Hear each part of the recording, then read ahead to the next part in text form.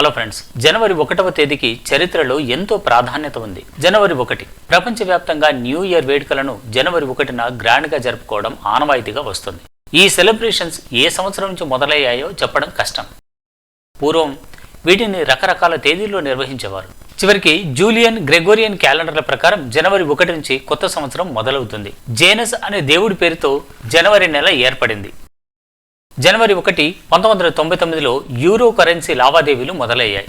European యూనియన్లోని 12 సభ్య దేశాల మధ్య బ్యాంకులు, ఆర్థిక సంస్థల్లో దీన్ని అమల్లోకి తెచ్చారు. అయితే యూరో కాయిన్లు, నోట్లు మాత్రం జనవరి 1, 2002 నుంచి అందుబాటులోకి వచ్చాయి.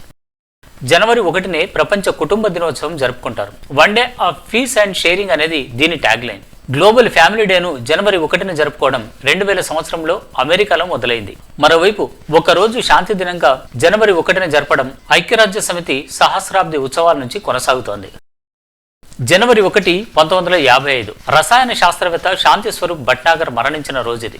పంజాబ్లో 1894 ఫిబ్రవరి 21న జన్మించారు భట్నాగర్. అయస్కాంత రసాయన శాస్త్రం అధ్యయనంలో ఆయన విశేష కృషి చేశారు. Council of scientific and industrial research CSIR కు మొదటి డైరెక్టర్గా పనిచేశారు భట్నాగర్. ఆయన పేరు మీద అవార్డు కూడా ఏర్పాటు చేశారు. జనవరి 1, 1863 బారెన్ క్యూబర్టిన్ జన్మించిన తేదీ ఇది. ఈయన ఆధునిక ఒలింపిక్స్ కు ఆద్యుడని చెప్పాలి. క్రీస్తు పూర్వం జరిగిన ఒలింపిక్స్ కేవలం గ్రీసు వాసులకే పరిమితం. కానీ క్రీడల ద్వారా వసుదైక కుటుంబ భావన ఏర్పడాలన్నది క్యూబర్టిన్ సంకల్పం. మనమంతా ఒక్కటేనని క్రీడల ద్వారా యువతలో స్ఫూర్తి తీసుకొచ్చి ప్రపంచ శాంతికి బాటలు వేయాలనేది ఆయన ఉద్దేశం. ఒలింపిక్స్ ను పునరుద్ధరించి 1896లో అంతర్జాతీయ ఒలింపిక్ కమిటీ అధ్యక్షుడిగా బాధ్యతలు చేపట్టారు. ఆ తర్వాత క్యూబర్టిన్ తన ఆలోచనలను ఆచరణలో పెట్టారు. ఈ పదవిలో ఆయన 1925 వరకు కొనసాగారు. క్యూబర్టిన్ మరణం తర్వాత ఆయన గుండెను తీసుకెళ్లి గ్రీసులో స్మారక స్తూపం నిర్మించారు.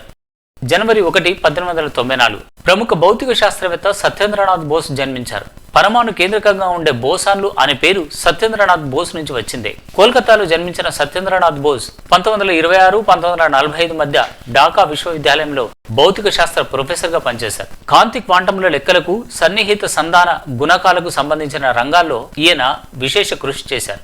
జనవరి 1, 1953 విశాలాంధ్ర పబ్లిషింగ్ హౌస్ ను విజయవాడలో స్థాపించిన రోజు ఇది. విశాలాంధ్ర విజ్ఞాన సమితి ఆధ్వర్యంలో దీన్ని ఏర్పాటు చేశారు. ఈ పబ్లిషింగ్ హౌస్ గతంలో సంచార పుస్తక విక్రయ కేంద్రాలను ఏర్పాటు చేసింది. వేలాది బుక్ ఎగ్జిబిషన్లను నిర్వహించింది.